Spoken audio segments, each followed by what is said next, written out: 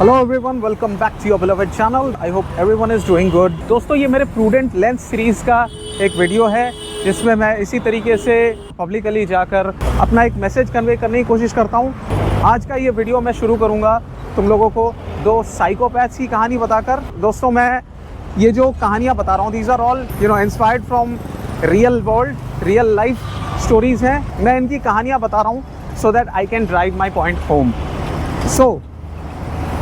पहली कहानी है रिचर्ड रामिरेज की।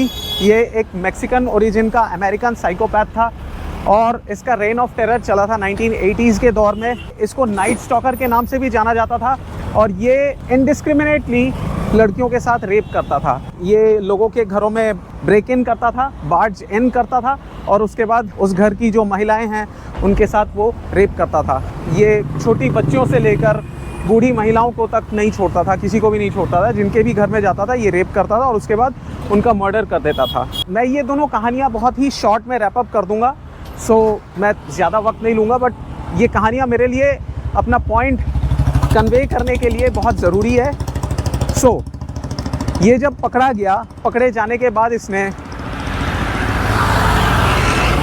पकड़ा गया तो पकड़े जाने के बाद अमेरिकन कोर्ट में इसका जब ट्रायल चल रहा था तो बहुत सारी लड़कियां, a horde of girls came to the court room और उन्होंने इसके एग्जीक्यूशन के अगेंस्ट में प्रोटेस्ट किया। पता नहीं ये किस तरह का सेडोकिज्म है लड़कियों का, बट बहुत सारी लड़कियां, एक दो नहीं, बहुत सारी लड़कियां इसके अटेंशन के लिए फ़ाइट करती थी और इसके साथ फ्लर्ट किया करती थी।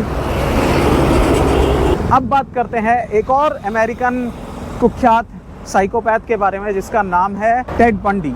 ये यंग लड़कियों को एब्डक्ट करता था और एब्डक्ट करने के बाद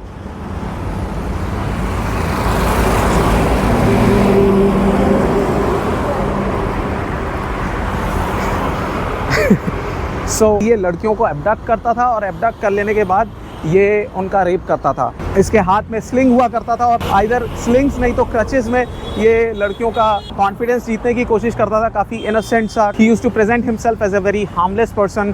कभी क्रचेस में नहीं तो कभी स्लिंग्स में ये आता था, तो जिससे किसी लड़की को लगता नहीं था कि ये he could be dangerous.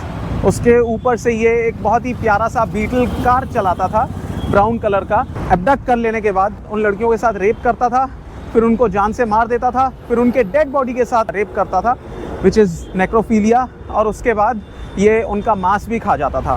Necrophilia, rape, serial killing, cannibalism, हर तरह का इसमें ग्रूसम मर्डर इन्वॉल्व है।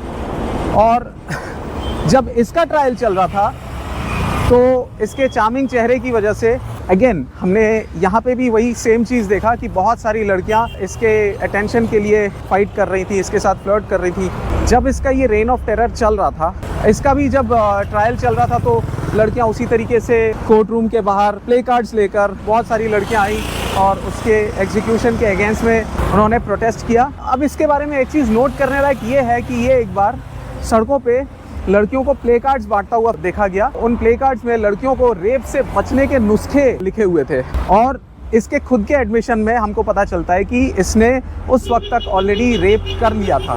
This kind of gives me creeps thinking about this now, but he was really working on putting together pamphlets to address violence against women and also rape prevention. He wrote a pamphlet on rape prevention for women. It's so bizarre. अब बात करते हैं दोस्तों Ben Underwood के बारे में। ये human history में पहला एकोलोकेटर जाना जाता है। He is known as the first human एकोलोकेटर।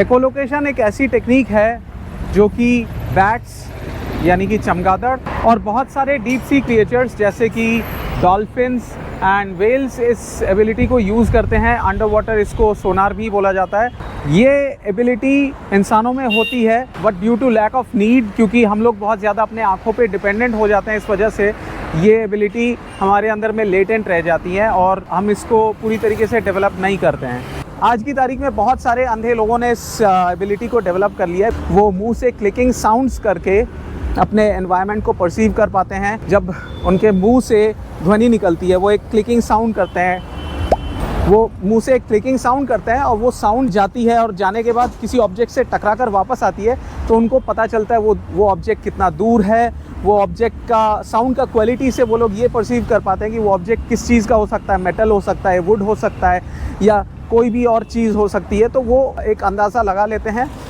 और अपने एनवायरनमेंट को परसीव कर पाते हैं। Every environment has its own acoustical signature. Every surface has its own acoustical signature. So you're getting an image in your mind. Yes, I definitely get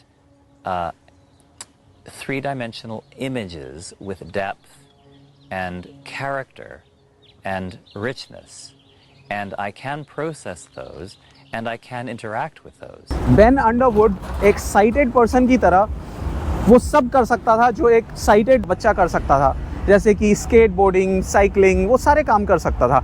आज की तारीख में ऐसे बहुत सारे ब्लाइंड लोग हैं जो माउंटेन बाइकिंग कर रहे हैं। मैंने एक वीडियो देखा था जिसमें एक अंधा आदमी पहाड़ों में, उसके साइड में खाई है और उन पहाड़ों में क्या स्पीड से वो बाइक चला रहा था, एंड ये इतना डेंजरस लग रहा था कि एक साइटेड पर्सन भी करने से डरे, पर वो कर रहा था। So it's quite daring as well. ये 1992 से 2009 तक जीवित रहा और 17 साल की उम्र में ये इस दुनिया को छोड़ के चला गया। बट जाने से पहले उसने एक बात कही थी जो मेरे जहन में हमेशा के लिए रह जाएगी। इसने कहा था, the problem with sighted people is that they only see people with their eyes open. I wish they could see people with their eyes closed. अब ये बात इतनी गहरी है और मेरे जहन में हमेशा के लिए रह जाएगी, बिकॉज हमारी प्रॉब्लम ये है कि हम लोग जब भी किसी को देखते हैं ना, तो हम लोग सिर्फ अपने आँखों से देखते हैं, और इससे क्या होता है कि अगर वो आदमी इंसान खूबसूरत है तो हमारे दिमाग में एक हेलो इफेक्ट क्रिएट होता है। मैंने जो टेड बंडी और रिचर्ड रामिरेज के बारे में बताया, ये लोग दिखने में चार्मिंग थे, इनका चेहरा खूबसूरत था, तो इस वजह से इन्होंने उन लड़कियों के दिमाग में एक हेलो इफेक्ट क्रिएट कर दिया, जबकि लड़कियों को पता था कि इन्होंने ऐसे ग्रूसम मर्डर्स और क्राइम किए हैं। डिस्पाइट दैट वो ये मानने को तैयार नहीं थे। तो एक बहुत ही प्यारा सा चेहरा, भोला भाला चेहरा तुमको डिसीव कर सकता है, राइट? लोगों के वर्ड्स पे भी नहीं जाना चाहिए।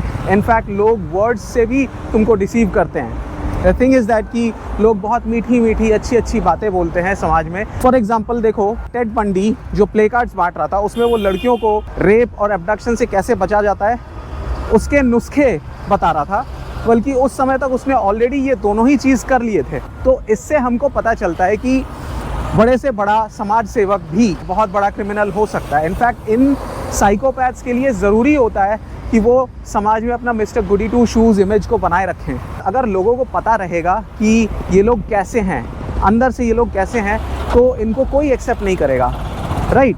इन लोगों को एक्सेप्ट नहीं किया जाएगा समाज में। इसीलिए इन लोगों के लिए ज़्यादा ज़रूरी होता है कि ये लोग अपना mister goody two shoes image को बनाए रखें। इसीलिए लोग बहुत अच्छे अच्छे कामों में अपने आप को इंडल्ज करते हैं, ताकि लोग उनको, इनका एक सोशल पावर हो, और अगर ये लोग फंस भी जाते हैं तो कहीं ना कहीं लोग इन बातों को एक्सेप्ट ना करना चाहें। इससे हमको पता चलता है कि लोगों के वर्ड्स और उनके चेहरे पे नहीं जाना चाहिए। हम लोग बहुत ही भोले वाले लोग हैं और इस टाइप के लोग हम लोगों को डिसीव करते हैं। मेरा मैसेज ये है कि हमने बहुत बड़े बड़े ऐसे बाबा, मौलवी, इमाम और फादर्स को भी देखे हैं जिन्होंने गलत से गलत काम किए हैं। हमने देखा है कि कैसे ये लोग हमको डिसीव करते हैं। सच तो ये है दोस्तों कि सच हमेशा हमको घूर रहा होता है। The truth is always steering us in the face. It's us who set ourselves up for deception. It's us who always turn away from the truth, because हम अपने उस idealization के रोमांस से हम लोग बाहर नहीं निकल पाते हैं। हम लोग सोचते हैं नहीं, आइडियल दुनिया ऐसी ही होनी चाहिए, और उसी को हम सच मान लेते हैं, like a schizophrenic. But in reality सच वैसा नहीं है। हम अगर अपने प्रूडेंट लेंस से देखना शुरू करेंगे, अगर हम लोगों से जब मिल रहे हैं, तो people have a tendency to reveal themselves to you. जब तुम लोगों के बिहेवियर में उनके पैटर्न्स को ऑब्जर्व करोगे, जब तुम लोगों के एक्शंस को ऑब्जर्व करोगे, तब तुम लोगों को पता चलेगा कि वो इंसान कैसा है। और यही मेरा मैसेज था। लोगों के चेहरे पे नहीं जा सकते हम, उनकी बातों पे हम विश्वास नहीं कर सकते हैं, बिकॉज लोग बातों में भी मीठी मीठी बातें करते हैं। तो इसीलिए ये बहुत ज़रूरी है कि हम लोग अपने मन की आंखों से देखें। जो बेन अंडरवुड ने कहा था कि आंखें बंद करके जब हम देखना शुरू करेंगे लोगों को, उनके अंतर मन को समझने की कोशिश करेंगे, तुमको तब पता चलेगा कि उनके मोटिवेशंस क्या हैं, उनके इनर डिज़ायर्स क्या हैं। यही मेरा मैसेज था तुम्हारे लिए दोस्तों। आज का ये वीडियो मैं यहीं पे एंड करूँगा। So that is it for today, folks. I hope that you found the content today informative. If you did not, then go to the comment section and express your opinion. I'm quite open to counter opinions. Thank you for watching this video. Thank you for your precious time. Signing off.